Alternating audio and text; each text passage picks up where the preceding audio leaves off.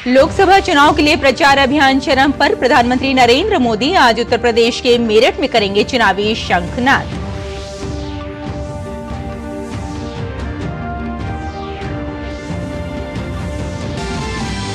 वरिष्ठ भाजपा नेता अमित शाह आज से राजस्थान के 2 दिवसीय चुनावी दौरे पर। जयपुर में भाजपा लोकसभा कोर कमेटी की बैठक में होंगे शामिल। सीकर में करेंगे रोड शो।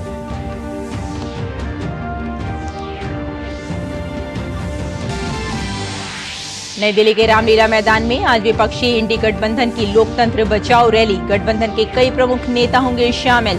भाजपा ने कहा, ये लोकतंत्र बचाओ नहीं बल्कि परिवार बचाओ भ्रष्टाचार छुपाओ रैली है।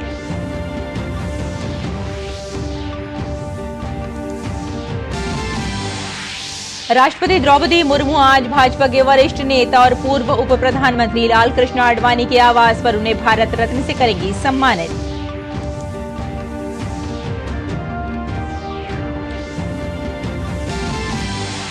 रोहन बोपन्ना और मैथ्यू एबडन की जोड़ी ने जीता मियामी ओपन पुरुष युगल का खिताब। फाइनल मुकाबले में क्रोएशिया के इवान डोडिग और अमेरिका के ऑस्टिन क्राजिसेक की जोड़ी को दी करारी शिकस्त।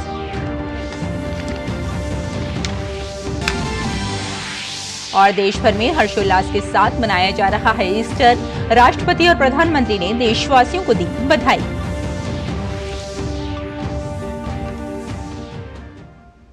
नमस्कार, हिंदी बुलेटिन में आपका स्वागत है। मैं हूं रेशमा आपके साथ और आइए अब सबसे पहले बात करते हैं 24 की चुनौती की।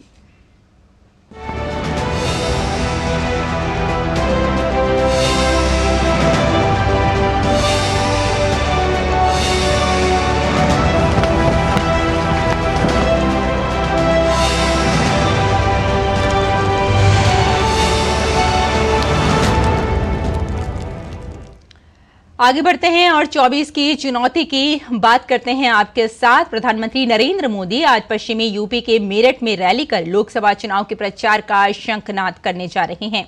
ये रैली इसलिए भी बेहद अहम है क्योंकि लोकसभा चुनाव का बिगुल बजने के बाद ये पश्चिमी यूपी में पीएम की ये पहली चुनावी रैली होगी। मेरठ की रैली में आरएलडी सुप्रीमो जयंत चौधरी भी पहली बार पश्चिमी यूपी में पीएम मोदी के मंच पर नजर आएंगे। इस रैली के सहारे पीएम मोदी पश्चिमी यूपी से हरियाणा, पूर्वांचल और देश में बड़ा संदेश देने की कोशिश करेंगे। खासकर ओबीसी वोटरों को साधने का हर प्रयास होगा। मेरठ को पश्चिमी यूपी का गेटवे कहा जाता है। और भाजपा के वरिष्ठ नेता और केंद्रीय गृह मंत्री अमित शाह आज से राजस्थान के 2 दिवसीय दौरे पर जा रहे हैं। अमित शाह आज दोपहर में जयपुर में पार्टी की लोकसभा कोर कमेटी की बैठक में भाग लेंगे, जहां वे पार्टी कार्यकर्ताओं को जीत का मंत्र देंगे। इसके बाद आज शाम ही अमित शाह सीकर में एक रोड शो के जरिए भाजपा प्रत्याशियों के पक्ष में माहौल बनाएंगे। ये रोड शो सीकर के कल्याण जी मंदिर, दोजोत गेट से तापड़िया बागीची तक चलेगा।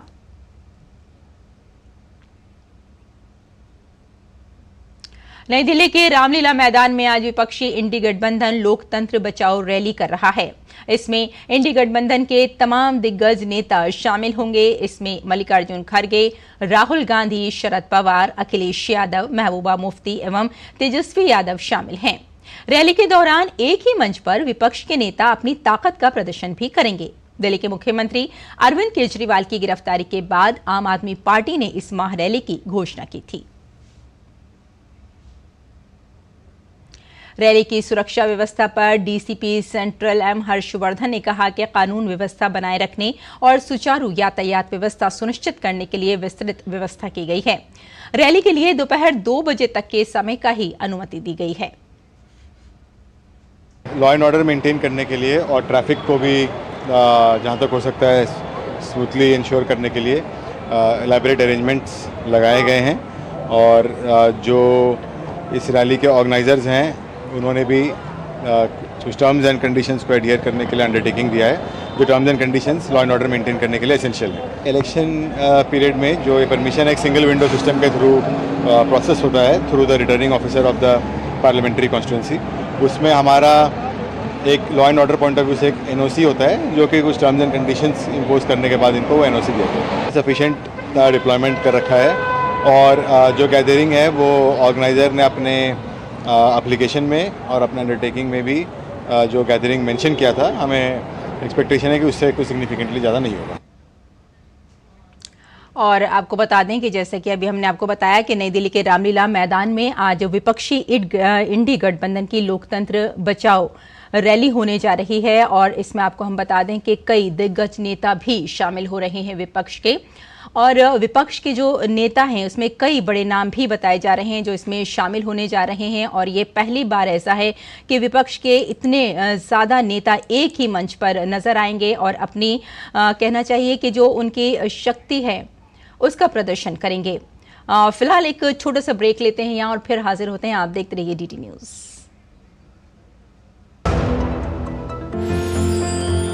साल बरस और सदी नहीं, एक युग गुजर जाएगा। उम्र न पूछो वंडर की, जब फर्क नजर आएगा। वंडर सीमेंट, फर्क नजर आएगा। टेक स्टार्टअप सॉलिड था, प्लान था कड़क, करना था समथिंग ग्रेट, पर शुरू से प्रॉब्लम्स ने घेरा यूं कि बिजनेस हुआ अपना लम्बेट। बिजनेस गुरु की जरूरत थी खास, सीधे गए SBI स्टार्टअप ब्रांच पे तो खुल गया success. Startup advisory and support SBI startup branch पे। साल बरस और सदी नहीं, एक युग गुजर जाएगा। उम्र न पूछो वंडर की, जब फर्क नजर आएगा। वंडर सीमेंट, फर्क नजर आएगा। ये विशाल है ना, इसका सब प्रॉपर चलता है। कल उसके बैंक अकाउंट में 15,000 रुपए का फ्रॉड हुआ है, पता है? इसको तो कोई टेंशन ही नहीं होती है, देखना। टेंशन क्यों? मेरी कोई गलती नहीं थी। फिर भी फ्रॉड होने पर मैंने तुरंत बैंक को इन्फॉर्म कर दिया। RBI कहता है अगर आपके अकाउंट से किसी ने धोखे से पैसे निकाले हैं तो बैंक को जल्द से जल्द इन्फॉर्म कीजिए। 3 दिन के अंदर इन्फॉर्म किया तो कोई नुकसान नहीं होगा, जितना लेट करोगे उतना ज्यादा नुकसान। और सुन, सब चलता नहीं है, प्रॉपर चलाना पड़ता है। RBI कहता है जानकार बनिए, सतर्क रहिए। साल बरस और सदी नहीं, एक युग गुजर जाएगा। उम्र न पूछो वंडर की, जब फर्क नजर आएगा। वंडर सीमेंट, फर्क नजर आएगा।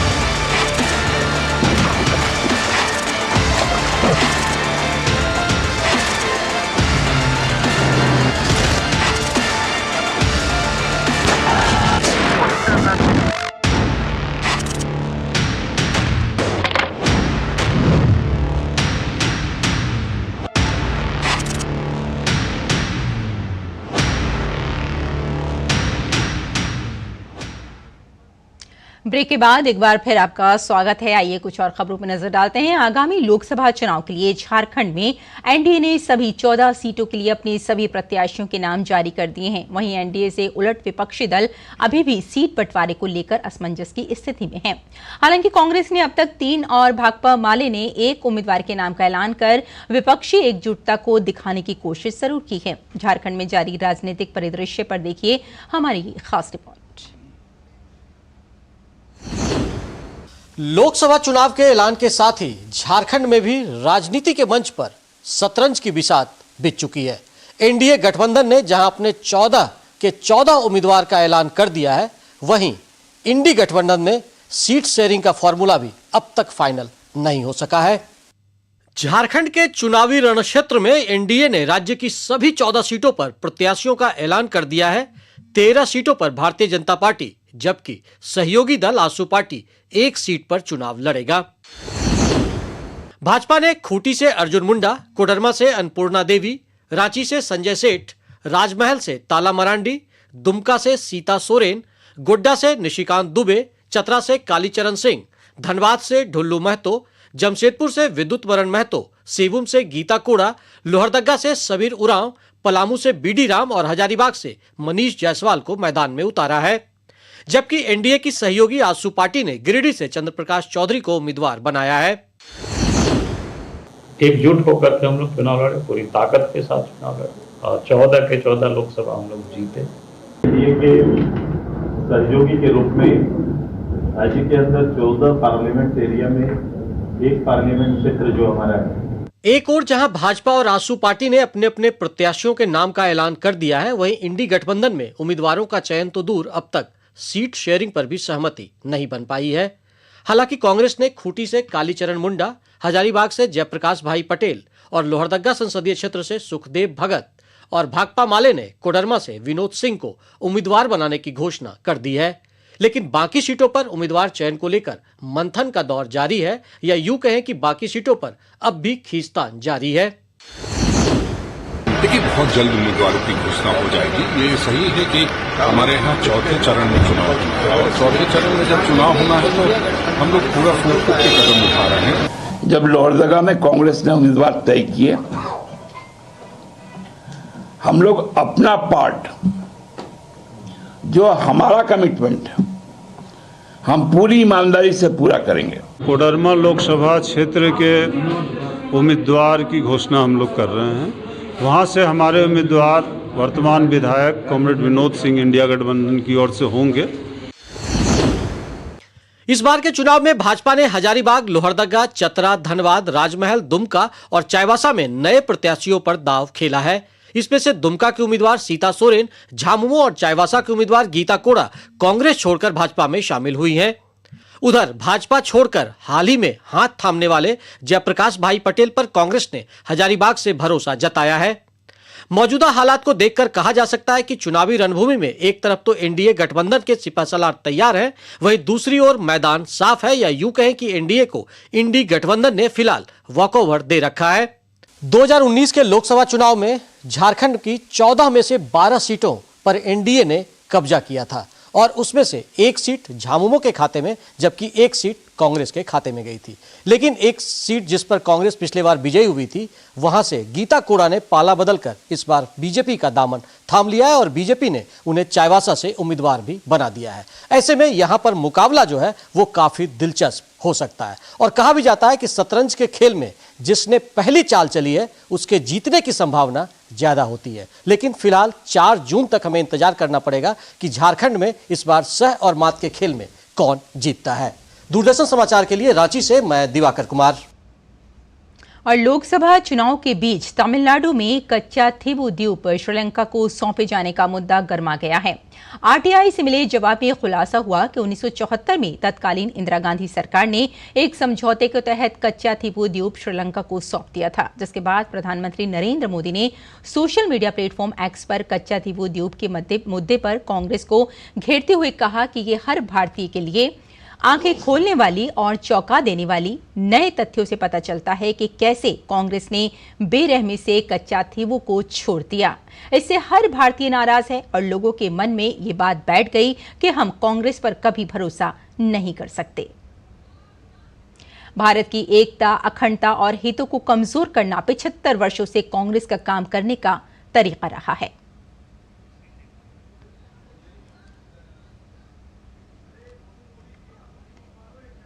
एक बार फिर हम आपको बता दें कि ये ट्वीट किया है प्रधानमंत्री नरेंद्र मोदी ने और कहा है कि ये आंखें खोलने वाली और चौंका देने वाले तथ्य सामने आए हैं, और इन तथ्यों से पता चला है कि कैसे कांग्रेस ने बेरहमी से कच्चा थीवू को छोड़ दिया था।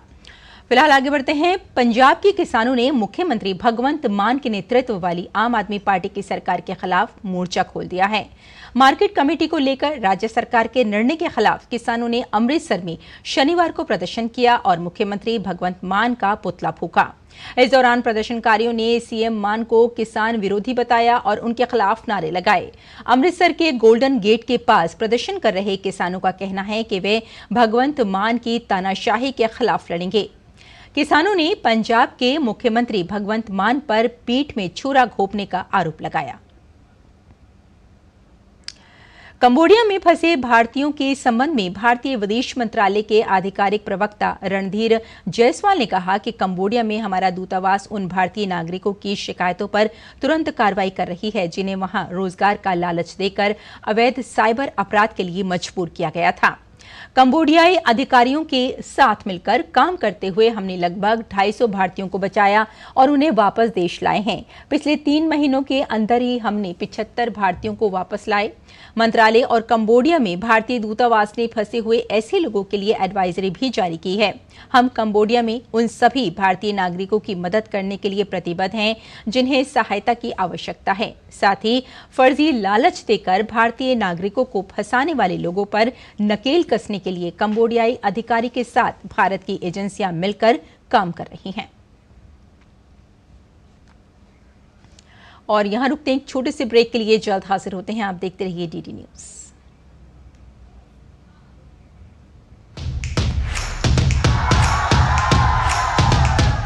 बिछ गई लोकसभा चुनाव की बिसात, बढ़ गया सियासी घमासान। केंद्र में किसकी बनेगी सरकार? क्या है राजनीतिक दलों के दावे और क्या है उनकी हकीकत? हर राज्य की चुनावी खबर और जनता के मुद्दे, होगा चुनाव से जुड़ी हर खबर का अपडेट। देश के कोने कोने में मौजूद हमारे संवाददाताओं से देखिए जनादेश हर शाम 7 बजे सिर्फ डीडी न्यूज पर।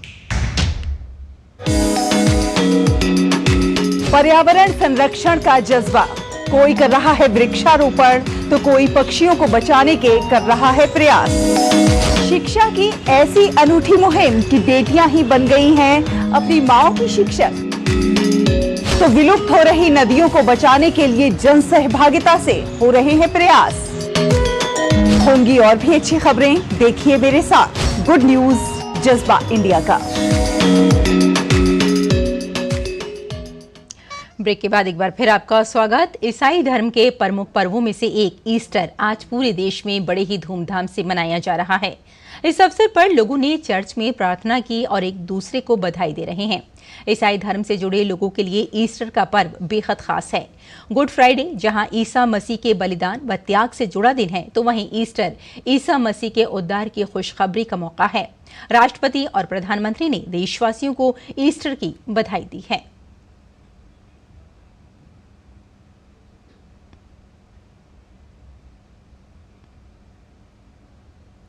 और भारत के रोहन बोपन्ना ने अपने ऑस्ट्रेलियाई जोड़ीदार मैथ्यू एबडन के साथ मियामी ओपन के खिताब को अपने नाम कर लिया है। शनिवार देर रात खेले गए फाइनल मुकाबले में रोहन एबडन की जोड़ी ने क्रोएशिया के इवान डोडिक और अमेरिका के ऑस्टिन क्राजिसेक की जोड़ी को 6-7, 6-3, 10-6 के अंतर से पराजित किया। बोपन्ना पहली बार मियामी ओपन के फाइनल में पहुंचे थे और जीत हासिल करने में सफल रहे। अब सोमवार को जारी होने वाली एटीपी रैंकिंग में रोहन एबडन की जोड़ी एक बार फिर से नंबर 1 जोड़ी बन जाएगी। इससे पहले इसी साल ऑस्ट्रेलियन ओपन का खिताब जीतने वाली ये जोड़ी नंबर 1 खिलाड़ी बनी थी। और आईपीएल 2024 के 11वें मैच में लखनऊ सुपर जायंट्स ने पंजाब किंग्स को 21 रन से हरा दिया। लखनऊ की अटल बिहारी वाजपेयी इकाना स्टेडियम में खेले गए इस मैच में क्विंटन डिकॉक की अर्धशतकीय पारी की बदौलत लखनऊ ने 20 ओवर में 8 विकेट खोकर 199 रन बनाए। इसके जवाब में पंजाब किंग्स की टीम 20 ओवर में 5 विकेट खोकर सिर्फ 178 रन ही बना पाई। राष्ट्रीय खो खो चैंपियनशिप में हिस्सा लेने के लिए देश के कोने कोने से खिलाड़ी दिल्ली पहुंचे हैं। इस टूर्नामेंट में खिलाड़ियों को देश की संस्कृति, भाषा और खान-पान से भी रूबरू होने का मौका मिल रहा है। खो खो के मंच पर एक भारत श्रेष्ठ भारत की तस्वीर पेश करती देखिए हमारी ये खास रिपोर्ट। साथियों, आप सभी देश को सिर्फ एक मेडल नहीं, सिर्फ सेलिब्रेट करने का, गर्व करने का अवसर ही देते, ऐसा नहीं है, बल्कि एक भारत श्रेष्ठ भारत की भावना को आप और सशक्त करते हैं।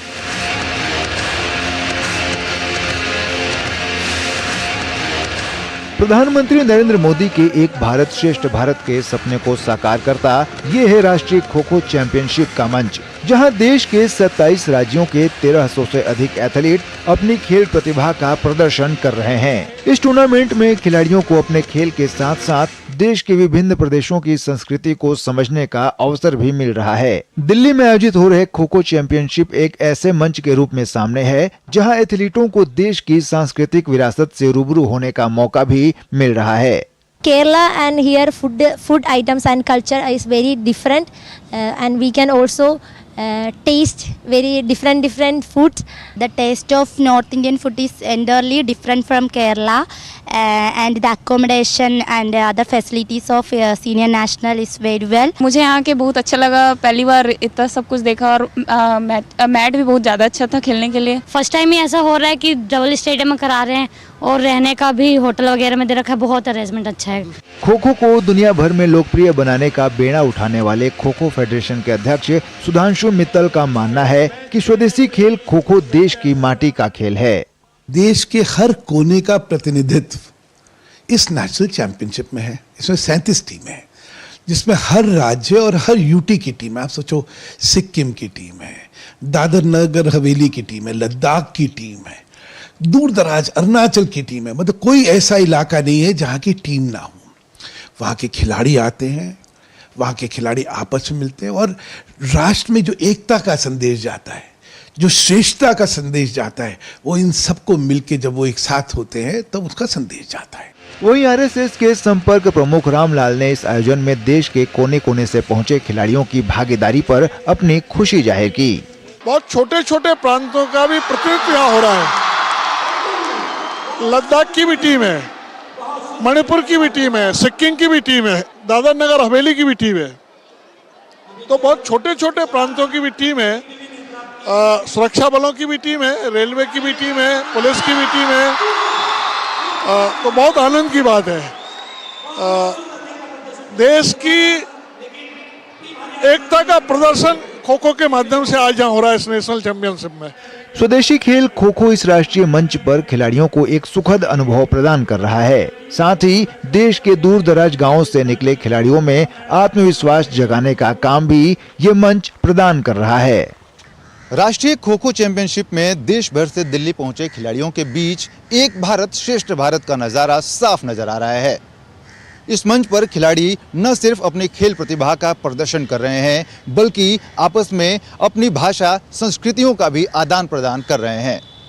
जाहिर तौर पर इस तरह के खेल आयोजन न सिर्फ देश में खेलों को बढ़ाने के लिए भी जरूरी हैं, बल्कि देश के युवाओं को एकता के सूत्र में पिरोने के लिए भी काफी मायने रखते हैं। कैमरामैन शारदा के साथ मैं सुशील कुमार, डीडी न्यूज, दिल्ली। तो फिलहाल इस बुलेटिन में इतना ही। अनुमति दी, नमस्कार।